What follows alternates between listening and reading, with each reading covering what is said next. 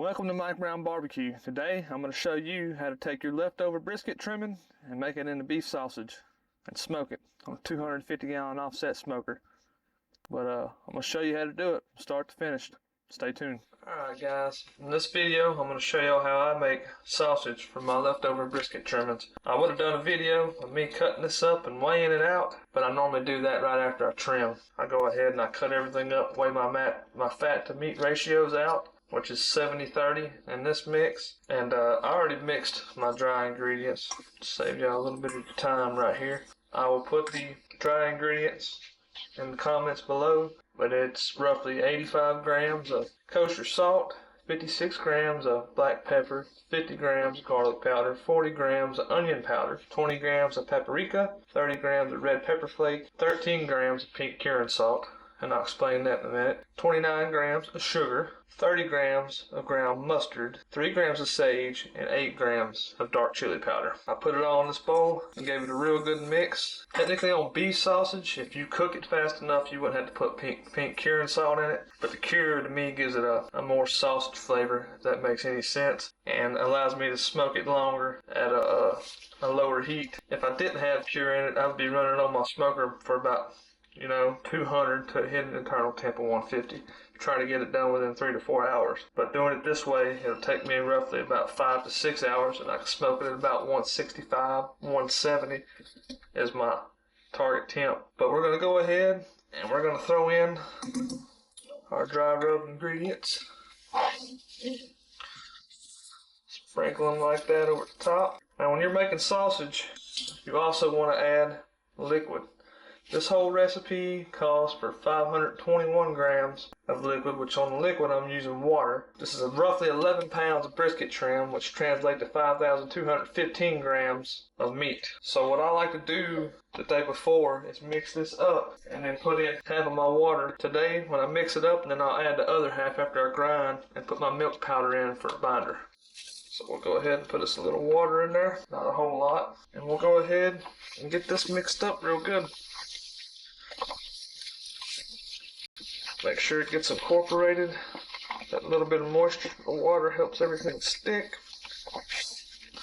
And I typically like to let this cure the night before. Sausage for me is typically about a 3-day process, but I like to mix this stuff up and let it rest in the fridge overnight. Tomorrow morning, we'll grind it up and we'll get it cased up. This recipe particularly, kind of a homage to Texas hot gut sausage. Not quite, pretty close. We'll get that mixed up real good, incorporated, and you'll see some of that stuff likes to stick to the bottom.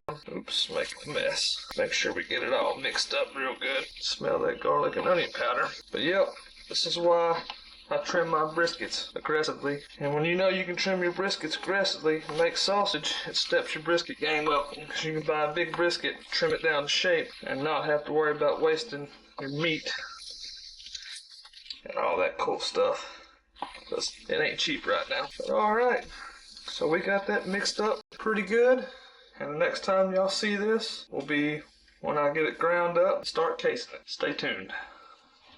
Alright guys, welcome back. It's time to go ahead and get our meat grinded up. Before you grind your meat, you need to put all these parts in the freezer and make them cold. Everything runs better with sausage when it's cold. So the first thing I like to do is load up my meat pan as much as it'll fit in there.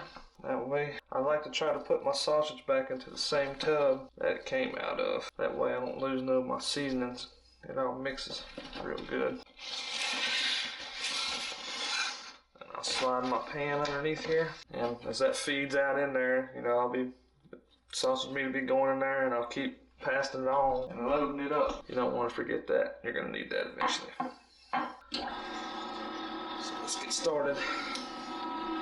So the first plate that I run through is the kidney plate, and then I'll hit it up with a coarse plate, double grind. That to me gives me this texture I'm looking for my sausage, the way I like it, the way I prefer it. But running it through coarse dye twice is fine too. Just give you a little bit finer texture. A lot of people prefer that. As long as you got all this meat cold, it'll grind up real easy. If it's not cold, it's not going to grind up easy. I don't know if I mentioned it in my video yesterday, but you want to put it in chunks about that big right there. Go through your grinder. This is a LEM half horsepower number 8. It's a big bike grinder. It's got some ass to it. It does a good job. It'll eat stuff up. You want to keep things moving. You want to do this as quick as you can, so you meat don't get hot. The best thing to do with this stuff is put it in the freezer for about 30 minutes to an hour before you grind it. Your meat and your grinder parts. That way they stay cold. Sometimes you put too much in there, it'll shoot out at you, skeet on you, so watch that.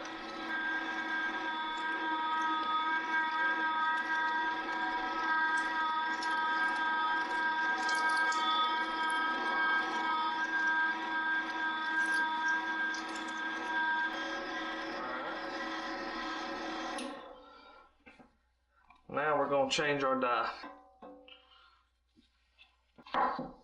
That was the first dye we ran through, which is kidney dye, kidney plate. There's a bunch of nicknames for it. Everybody's got a name for it. Next one we're going to run through is our number 8 10mm dye. Now you could just run it through your 10mm dye twice if you wanted to.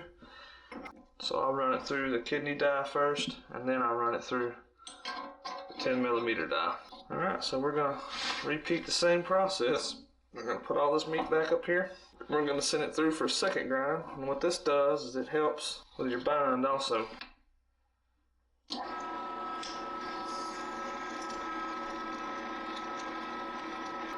This is a little bit slower process when you do this. The meat's not as big as chunks, so it takes a little bit longer, but not much longer. Tell you what, this smells amazing already. Fry up the test patty here in a little bit, try it out. See how we did. Sometimes you gotta use that plunger, especially when you're on your second grind. It'll help speed things up.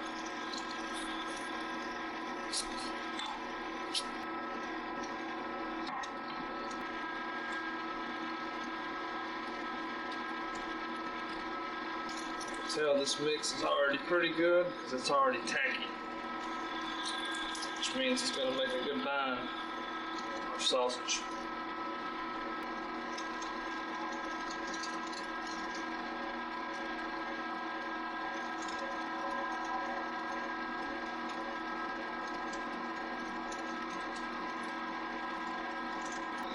Another little pro tip right here at the end to get the rest of your sausage meat out. Put you a piece of ice or two in there, and it'll push the rest of that meat out.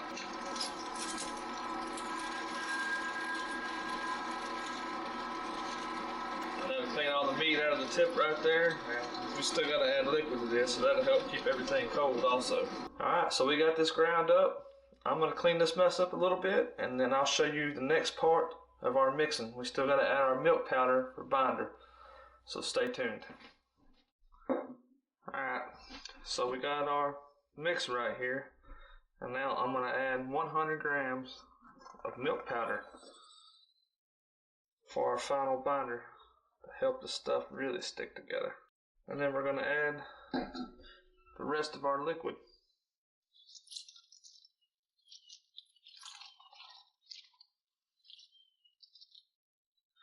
And at this point, you just got to get your hands dirty. You can wear gloves while doing this. They always slide off for me. So now we're just going to mix this up. Incorporate all of our milk powder. I do have a little mixer I could use, but it's kind of a pain in the butt to clean, so I'd rather just have cold hands. Get everything incorporated in there. You knead it like that. Push it down. Knead it from every direction. And just mix it up real good. Then I like to take it, turn my tub that way, catch this side.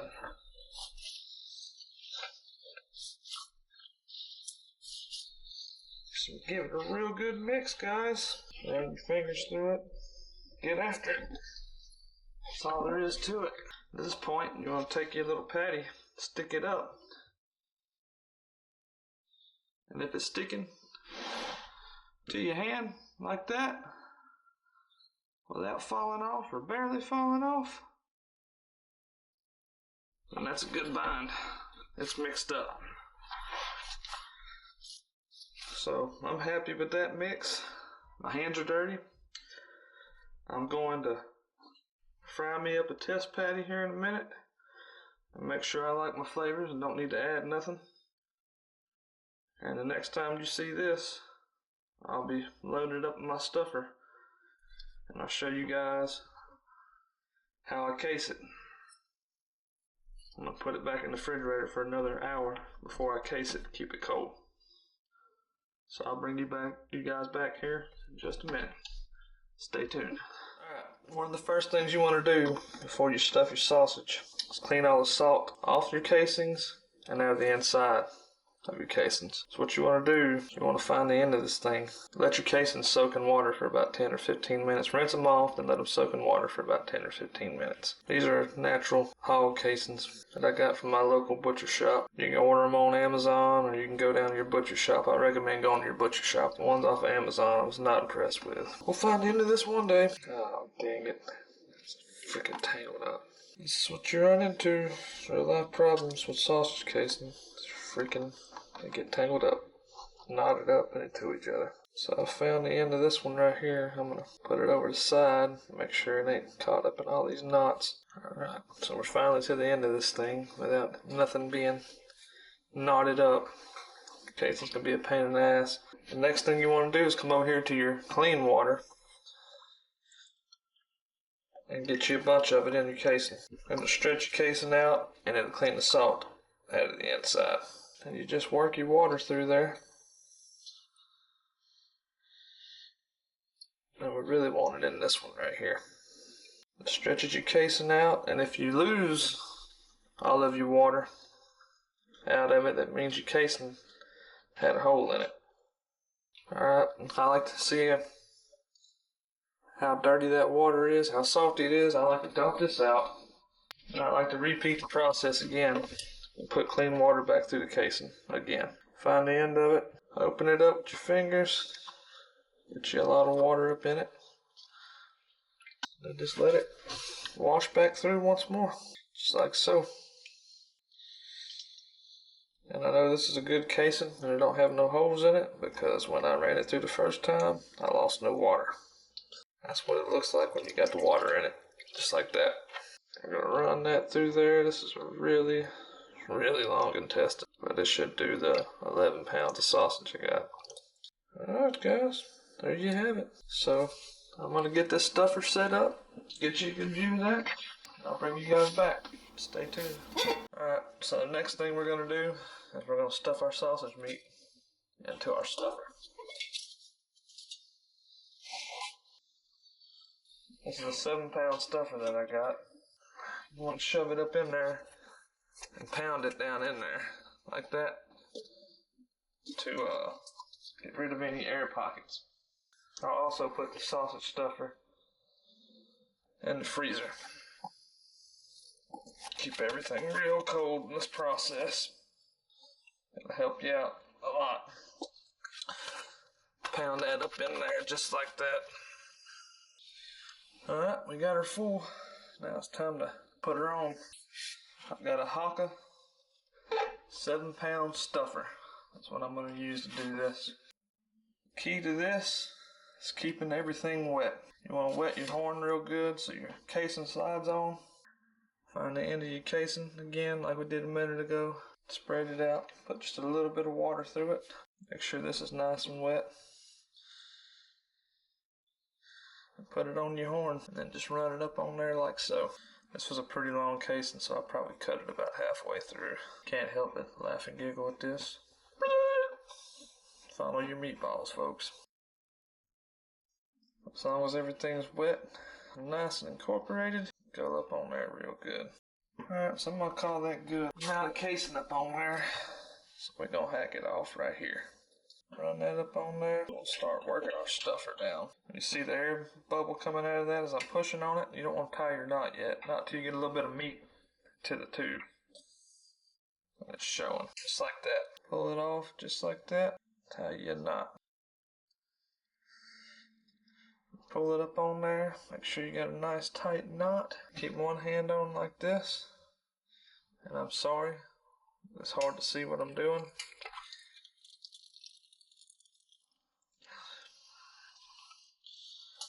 And you want to fill the casing up. Just enough. Not too tight, but not too less.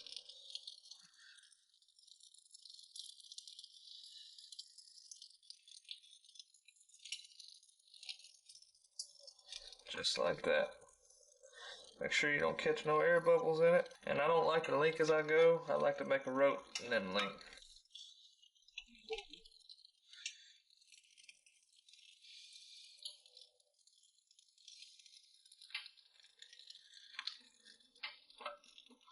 Try to get y'all a little better angle of what I'm doing here. Just want to load that casing up like so. Just like that. Every now and then I got to stop and make a rope out of it. That's why you want all this stuff right here wet.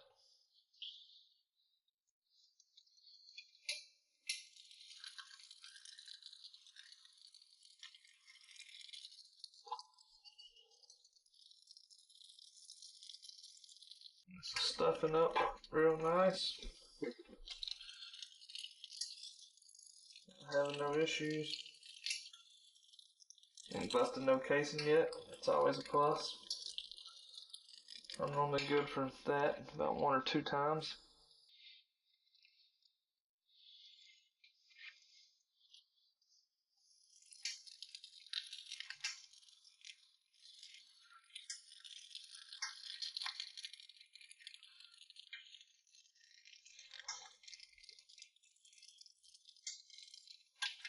Just keep it going. Really ain't nothing to do it, but to do it, folks. It's just trial and error. I can't say the first time I ever made sausage I did it perfect. I busted casings left and right. It happens. Just gotta keep going at it.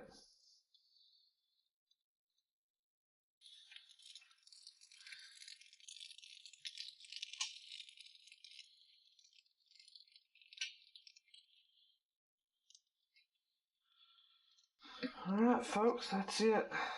So we'll take this, cut it off, leave you plenty of room to tie your knot up, pack it down real tight like this.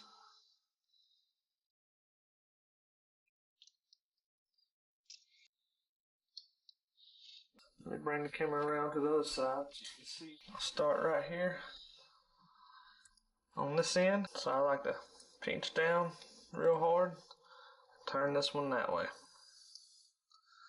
That's nice and tight. Set that down.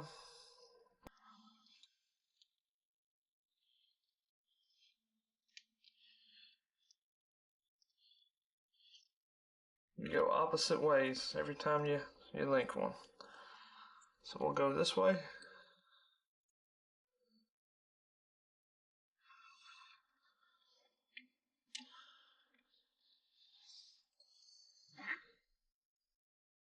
I'm gonna have a little baby one right here, but it's freaking casing kinked on me.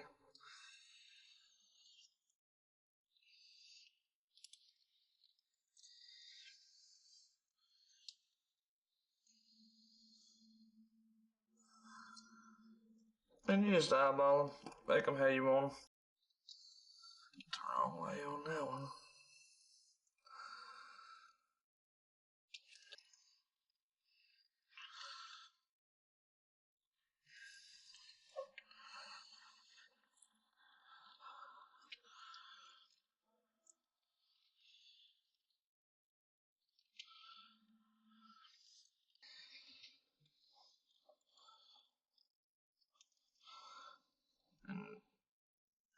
If you're going to do this like this, then don't case your casing up too tight or it'll bust on you.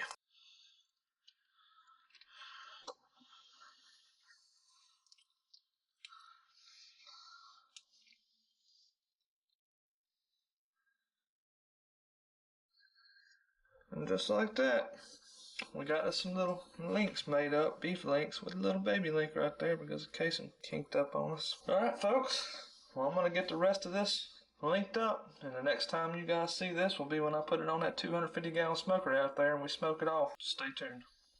Alright guys, so it's the next day, and it's time to smoke this sausage. I like to start out with a full chimney and a lump charcoal.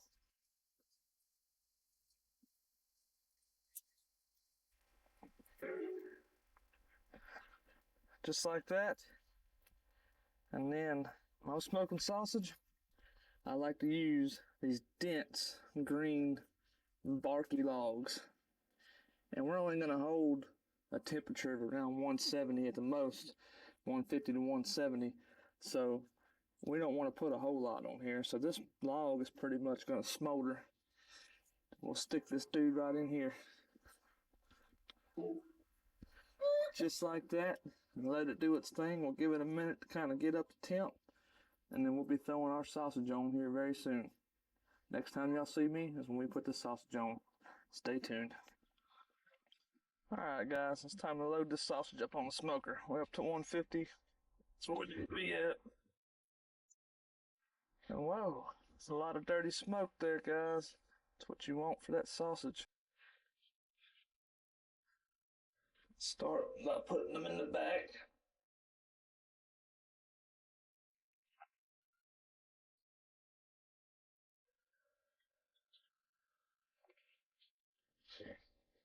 I should have put the grates on this pit a little bit. Make sure they're spacing, not touching. Ooh, I'm getting smoked out here. My damn cock over there crowing.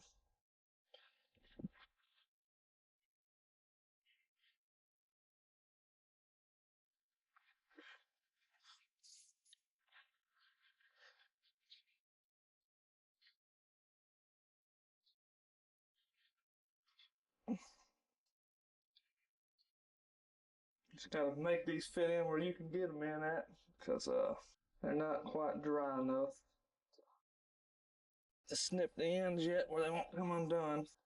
And there you have it folks. We got our sausage loaded up into the smoker and we're ready.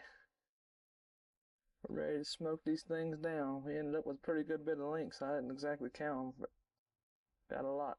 All that dirty smoke coming out is what you want on sausage smoke. So we'll close this lid, and the next time that we look at this, we'll probably be in about 2.5 to 2 hours. I'll flip them over and clean them off. Stay tuned. Alright guys, so we're rocking a temp a little under 160, and we're going to check on these for 2.5 hours in. Our target temp was 150 for the cold smoke. Been right around there. I hadn't got no higher than 20 degrees above that, so that ain't too bad. It's time to open it up and see what we got. Oh man, heck yeah, those look good.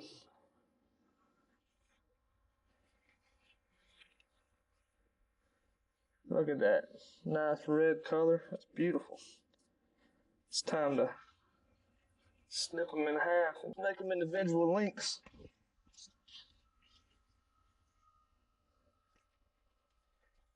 Just like that. Look at the color on that, that's what you want. Beautiful.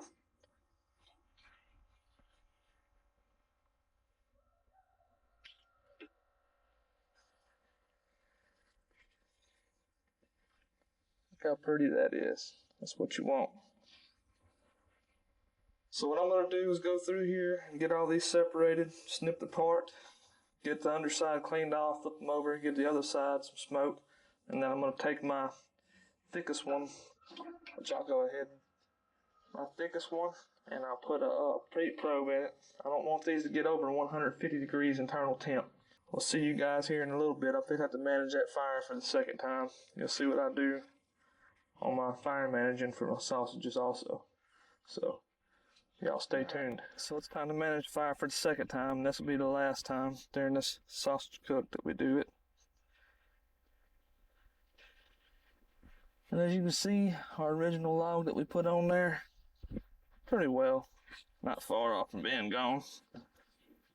So we'll take it and turn him sideways and scoot him up over here on the side. We got a little bit of coal in there. We'll take us some new dents the barky log. And I don't know if I mentioned it to y'all earlier, but today we're using red oak for this smoke. We're just going to take him and put him right there. He'll catch here in a little bit and smolder on. And this will carry us over to the end of the cook. So the next time y'all see the sausage will be when we give it an ice bath here in about 2.5 to 3 hours. Stay tuned. Alright, so we just pulled our sausage off the smoker. Now it's time to give it a good old ice bath. What this does right here is it shocks the sausage. It stops the cooking process. It'll tighten up your skin. And it'll help the color. Look how good that looks. That's a good looking link right there. Good color. Nice and plump. Let that sit there for a minute. What I like to do is take it and wipe them off.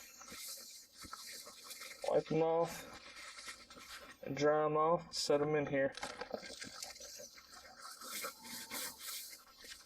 We've done stopped the cooking process at this point. So we're going to be good. And I'll do this with all of them. And then I will put them in my refrigerator overnight. And then I'll take them out and I'll vac seal them in the morning. But we're going to throw a couple of these back on the pit and finish them off. And we'll slice them and see how the snap did and see what she looks like. Then I'll bring y'all back in. Stay tuned. Alright guys, it is now time to see how we did on this brisket sausage. You can see it's all that beautiful color. And look at that. Nice, plump, juicy. Couldn't ask for some better sausage. So let's go ahead and get some of this cut up.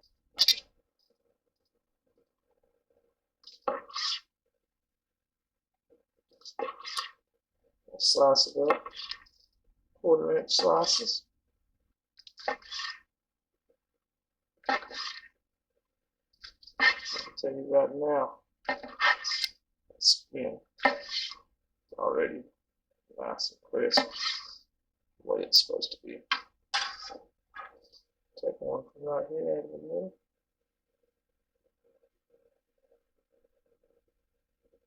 You see how juicy that is? See the red pepper in there and the black pepper.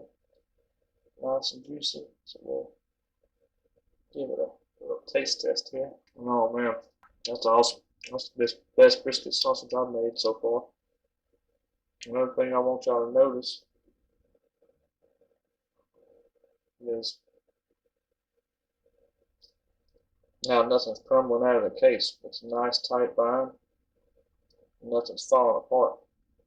That's what you want in your brisket sausage. Again, I made this from my brisket trimmings, from about 3 to 4 briskets. This right here will up your brisket game if you know you can make sausage out of your brisket trimmings, because you'll trim more aggressively and you'll save money with it in the long run, because you won't be wasting nothing, especially with how high beef prices are. I highly recommend doing this. So we got one more little test to go here that we're going to do. That's going to be our snap test. Yeah, put that snapper right apart. And you can see how juicy that is. That's what you want in your brisket sausage. So now we're going to do one more test. We'll take us a bite of a piece that has not been get off of yet. So here we go.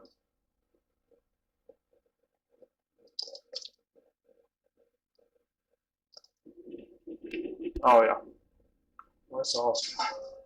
Like I said, that's the best brisket sausage that I've made to date. It's got the right amount of heat. It's juicy. The meat to fat ratio is perfect, which is 70-30. That's what you want in sausage. And it's smoky. It definitely tastes the red oak smoke flavor. And that red pepper will sneak up on you like it's doing me right now. So you guys like this video, give me a like and subscribe. Let me know what you want me to cook next, and recipe down in the comments how I made this. And next video we'll be doing is some bacon burn ends. So stay tuned for that. Thank y'all for watching.